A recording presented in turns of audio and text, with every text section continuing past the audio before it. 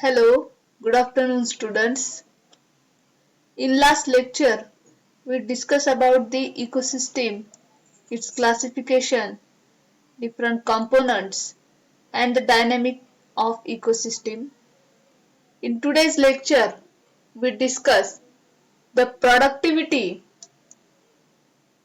mostly primary productivity and secondary productivity of ecosystem. Also we discuss biogeochemical cycle, carbon cycle or CO2 cycle, nitrogen cycle, biomass of the ecosystem and biodiversity. So we start the first concept, that is a primary productivity in ecosystem.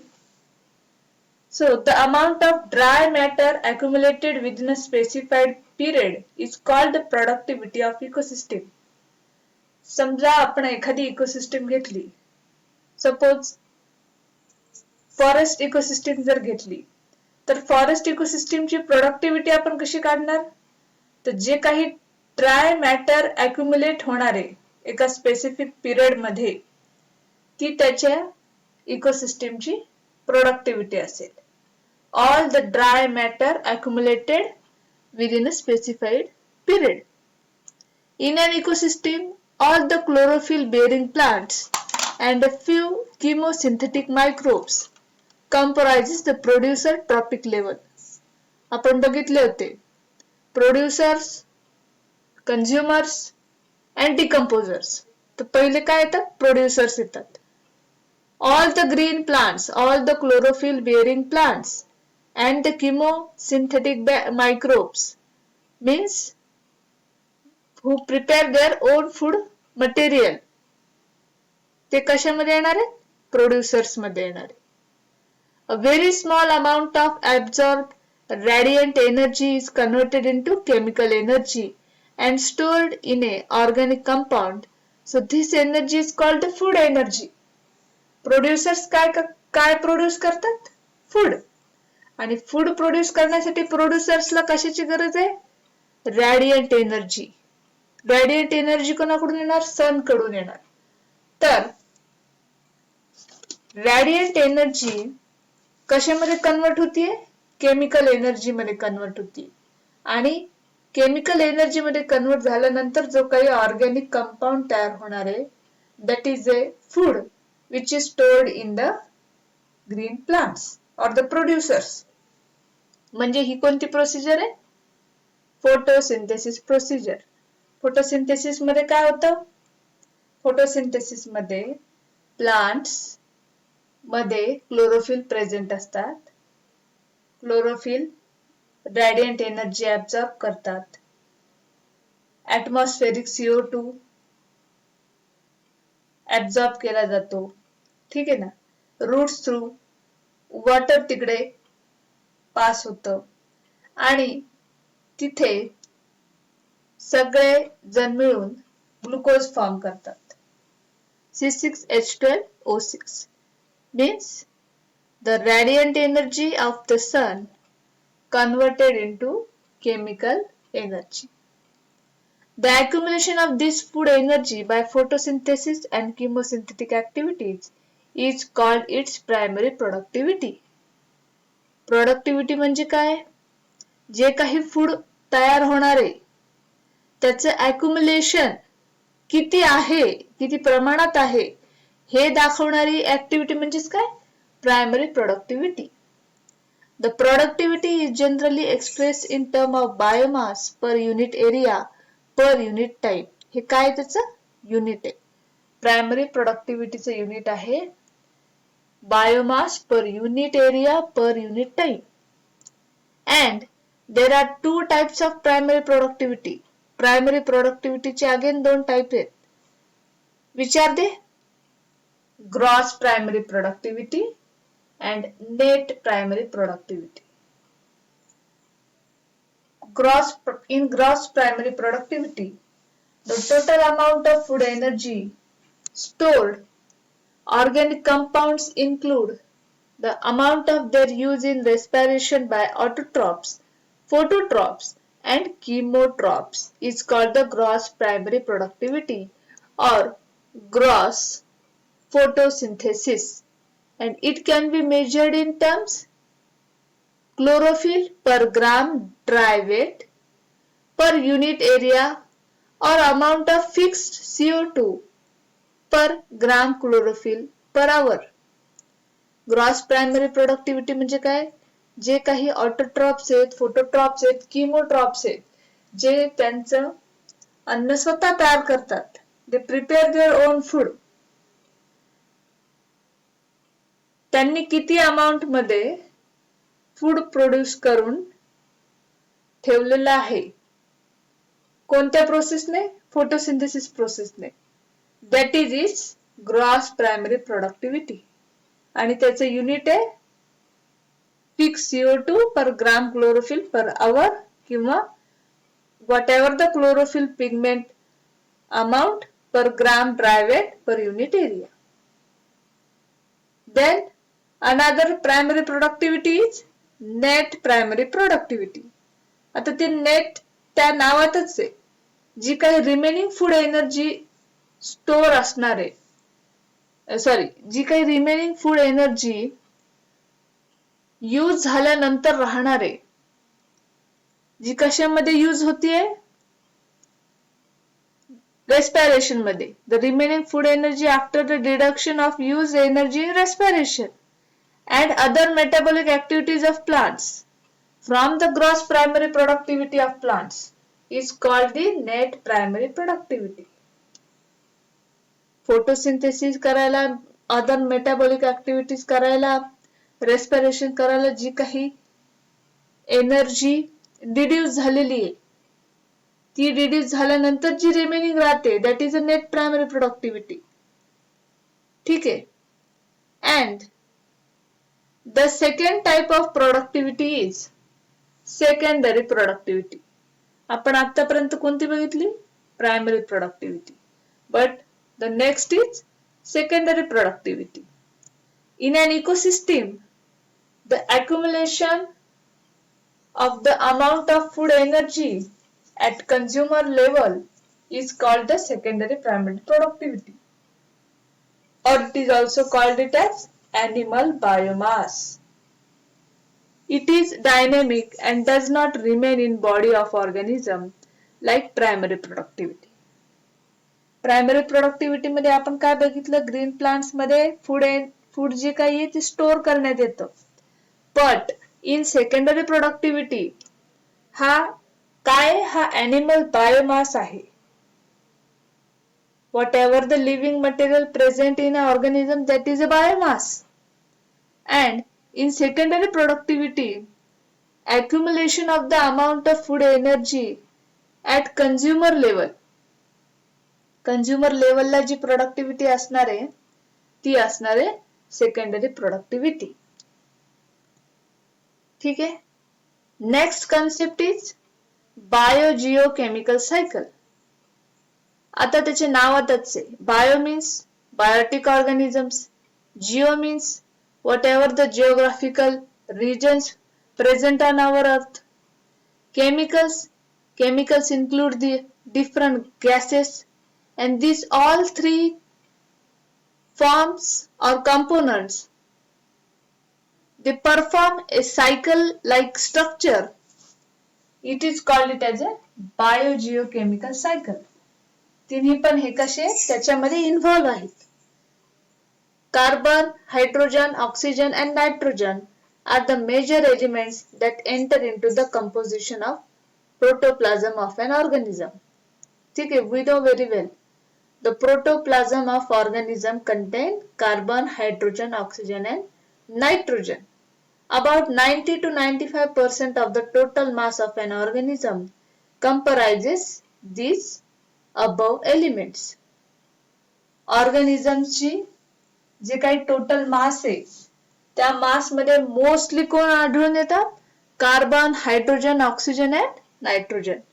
तुम्ही बघा, carbohydrates, lipids, fats, proteins, प्रत्येकाचं जे structure आहे ते ह्या 4 एलिमेंट्सनेच मिळून बनलेलं आहे. Again, phosphorus and sulfur are also important constituents of the protoplasm. Phosphorus आणि sulfur कसे आहेत? हे सुद्धा दुसरे protoplasmचे components आहेत. These chemical elements travel in a circular pathway between biotic and abiotic components of an ecosystem. हे जे elements आहेत ते काय करतात? ट्रॅव्हल करतात सर्क्युलर पाथवे मध्ये. The cyclic transfer of nutrients between physical environment, land, air, water, etc. and organisms regularly and continuously is known as biogeochemical cycle. Geo includes the rock, soil, water, etc. In the soil, bio includes the organisms and chemical includes the chemical elements like carbon, nitrogen, etc. which continuously go round in the cycle. Next, the decomposers and transformers play a specific role in this material cycle. Cycle जेव्हा आपण बघू तेव्हा तुम्हाला त्यामध्ये decomposersचा important role दिसून येईल. Normally these elements enter in an ecosystem through green plants.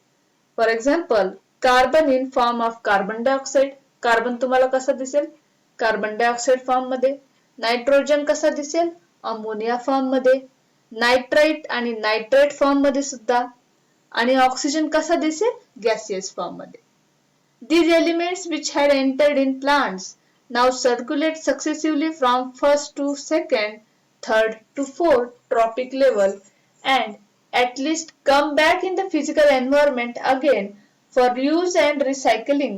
During this cyclic pathway, it is important to know from where, in which form the element enters into the cycle, then how it is transformed, circulated, and at the end of the form in which it is released. To understand this, we shall study the carbon cycle and the nitrogen cycle. कसं cyclic path perform करणार आहेत आणि कसे ते दुसऱ्या form मधून म्हणजे पहिल्या फॉर्म मधून दुसऱ्या फॉर्म मध्ये जाणार आहेत हे त्या सायकल मधून तुम्हाला कळेल. So, first one is a carbon cycle.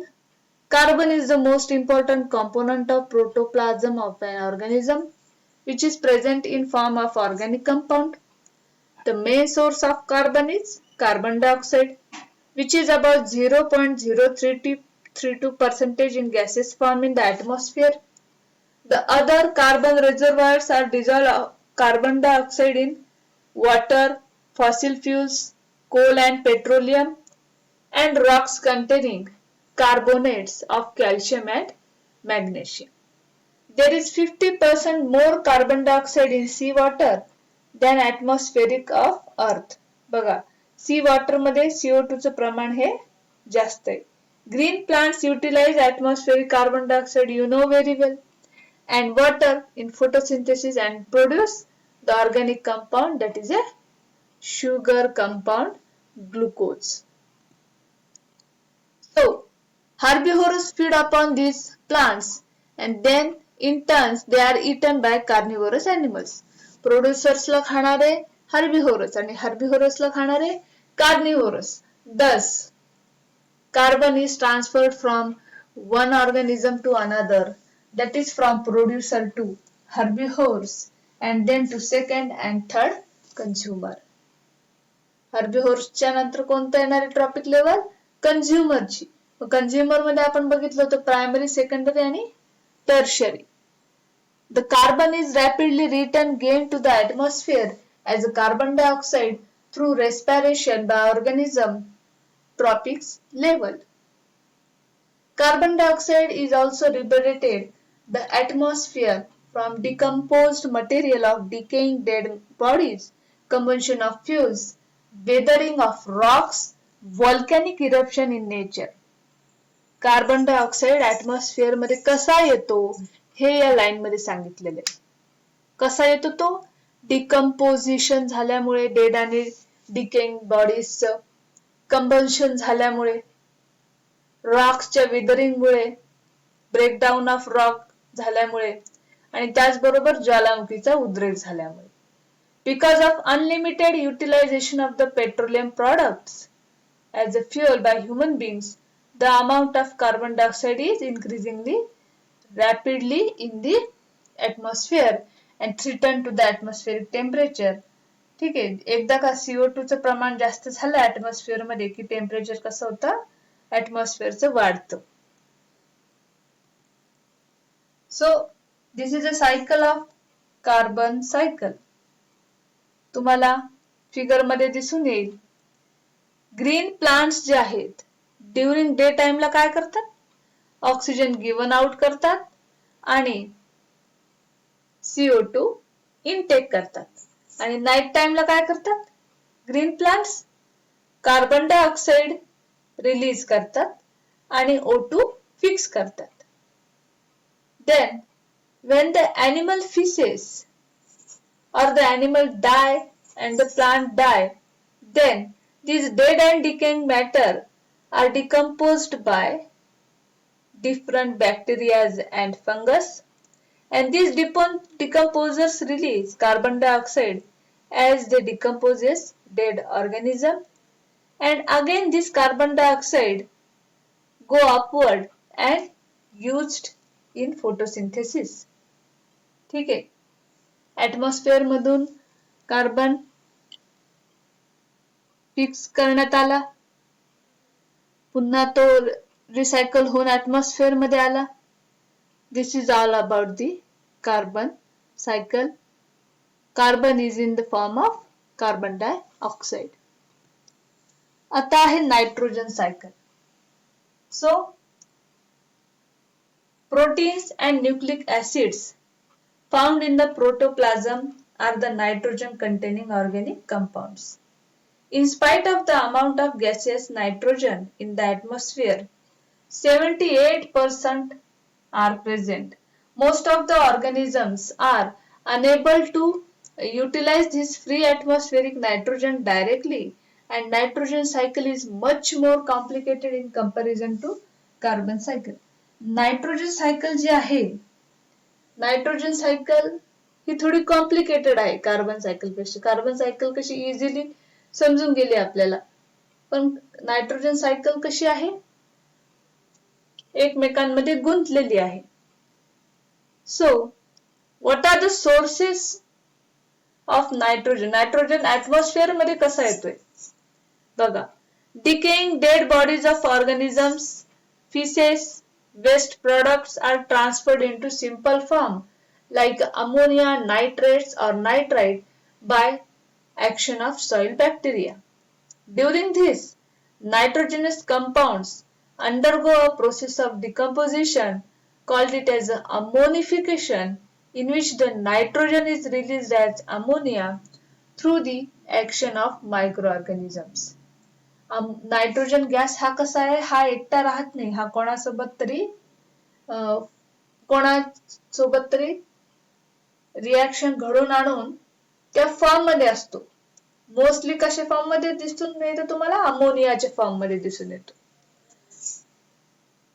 Next point is soil bacteria such as Nitrosomonas and Nitrosococcus are capable of converting ammonia to nitrite, that is NO2 ions. Nitrobacter oxidizes nitrite to nitrate process called it as a nitrification.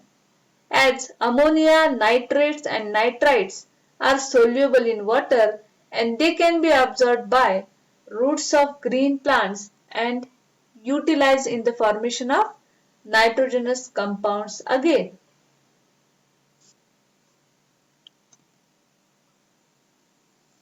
Gaseous nitrogen present in the atmosphere is converted into nitrates by nitrogen fixing non-symbiotic and symbiotic bacteria as well as certain blue-green algae. Free-living non-symbiotic soil bacteria, that is the Azotobacter, cyanobacteria, can fix the atmospheric nitrogen by converting it into ammonia. ammonification, then ammonia is converted into nitrate and nitrite by nitrification. Cycle जेव्हा आपण discuss करू तेव्हा नायट्रिफिकेशन काय आहे, ammonification काय आहे हे मी पुन्हा रिपीट करणारच आहे.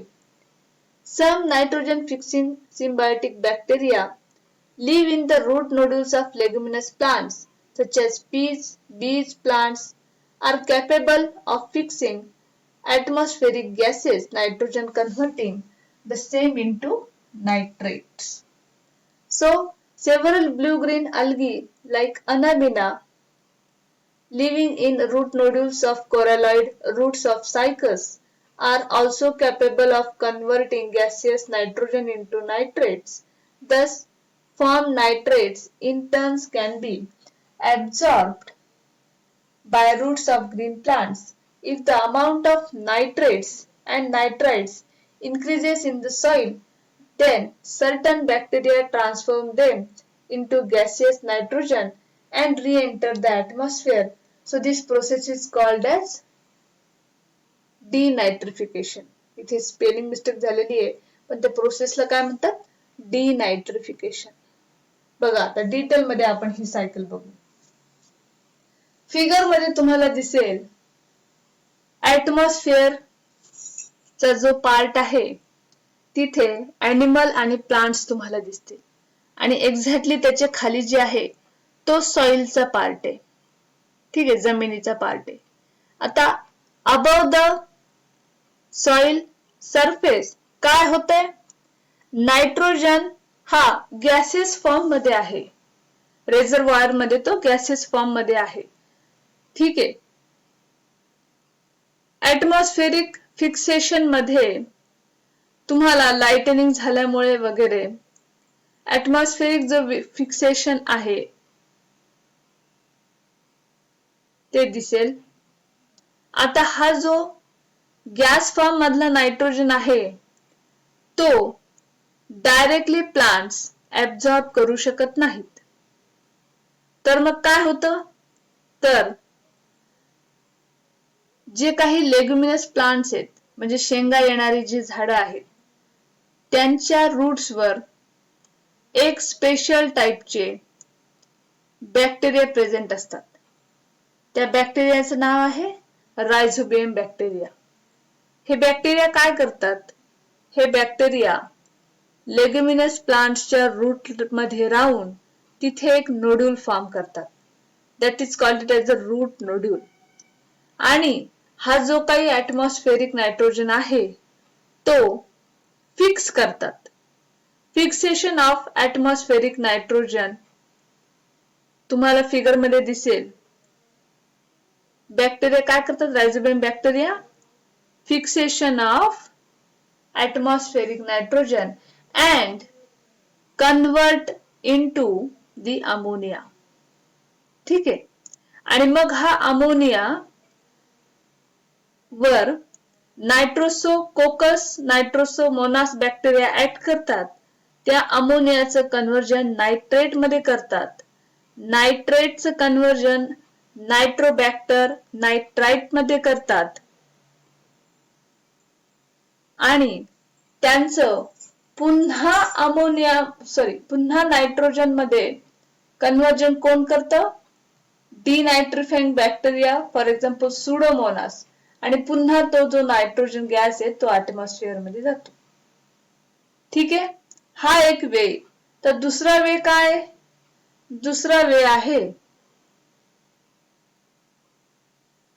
जे काही ॲनिमल वेस्ट मटेरियल आहे किंवा जे काही ॲनिमल मॅटर आहे, प्लांटचं मॅटर आहे, तिथे प्रिंट मिस्टेक झालेली. प्लांटचं मॅटर आणि ॲनिमलचं वेस्ट आहे त्याच्यामध्ये काय प्रेझेंट असणार आहे, अमोनिया प्रेझेंट असणार आहे जास्त. आणि मग त्यावर कोण ऍक्ट करतो, डिकम्पोजर्स ऍक्ट करतो. कशावर, डेड मॅटरवर, प्लांटच्या आणि ॲनिमलच्या. Decomposers different bacteria and fungi decomposes the dead and decaying matter and release the ammonia. Ammonia काय करतात, रिलीज करतात. मग पुन्हा सॉइल मध्ये जे बॅक्टेरिया प्रेझेंट आहेत आपण म्हणलो नायट्रोकोकस, नायट्रोसोमोनास, ते बॅक्टेरिया ह्या अमोनियावर ऍक्ट करतात. अमोनियाचं कन्व्हर्जन नायट्राइट मध्ये करतात. ठीक आहे, तिथे स्पेलिंग मिस्टेक झालेली, नायट्रेट नाही ते नायट्राइट मध्ये करतात आणि त्या नायट्राइटचं कन्व्हर्जन नायट्रेट मध्ये नायट्रोबॅक्टर करतो आणि पुन्हा मग जर नायट्राइट आणि नायट्रेट सॉइल मध्ये जास्त फॉर्म झाले की ते पुन्हा मग काय होतात, नायट्रोजन गॅस मध्ये कन्व्हर्ट होतात. कोणाच्या थ्रू? डिनायट्रिफाइंग बॅक्टेरियाच्या थ्रू. सो आता याचं कन्व्हर्जन का करण्यात येते, का हे बॅक्टेरिया तिथे ते कन्व्हर्ट करतात? प्लांट्सला नायट्रेट आणि नायट्राइट फॉर्म मधलेच जो काही अमोनिया आहे तो ऍब्झॉर्ब करता येतो. डायरेक्टली अमोनिया किंवा नायट्रोजन गॅस तो ऍब्झॉर्ब करू शकत नाही, बट नायट्रेट आणि नायट्राइट फॉर्म मधला नायट्रोजन तो काय करू शकतो, फिक्स करू शकतो. ठीक आहे. So this is all about the nitrogen cycle. Next concept is biomass. So what is meant by biomass? Biomass means the total amount of living material in any organism is called its biomass. म्हणजे एखाद्या ऑर्गॅनिझमचं जे काही living material असणार आहे त्याचं total amount किती आहे हे म्हणजे biomass. In green plants, biomass is the product of photosynthesis.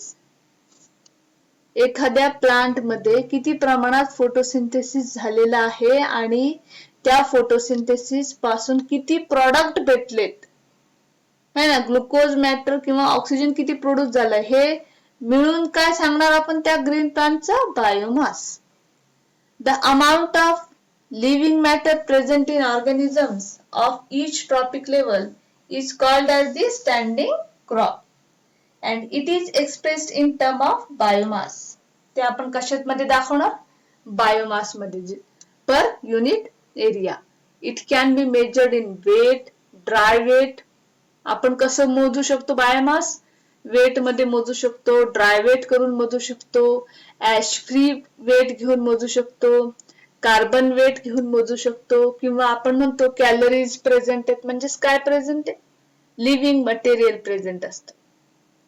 Biomass represents the amount of living matter of energy available as food in the organism of any tropic level which can be received by the organisms of the next tropic level. Next top म्हणजे समजा हर्बिव्होरस आहेत आणि त्यांना खाणारे कार्निव्होरस आहेत, तर कार्निव्होरस हर्बिव्होरस पासून किती रिसीव्ह करतात त्यावर त्याचं बायोमास ठरलेलं असतं. The loss of energy can be compared with the total biomass of the organism of any tropic level. The maximum amount of biomass is found in producers, definitely. का? कारण ग्रीन प्लांट्स, फायटोप्लॅन्क्टॉन्स, ऑटोट्रॉपिक प्लांट्स म्हणजे जेवढे काही आहेत ते आपल्या अर्थवर जास्त आहेत, त्यांची नंबर जास्त आहे, म्हणून biomass of the producers are more in number and the total biomass of herbivores is less than that the producers. म्हणजे प्रोड्युसर्सचं बायोमास जास्त आहे त्याच्यापेक्षा कमी हर्बिव्होर्सचं आहे आणि ऑब्विसली हर्बिव्होर पेक्षा कमी कोणाचं असणार आहे? कार्निव्होर्सचं असणार आहे. The total biomass of carnivores will be less than that of the herbivores. ठीक आहे. So this is all about the productivity cycles, biogeochemical cycles and the biomass concept. In next lecture, we will discuss the biodiversity and its significance. So thank you so much.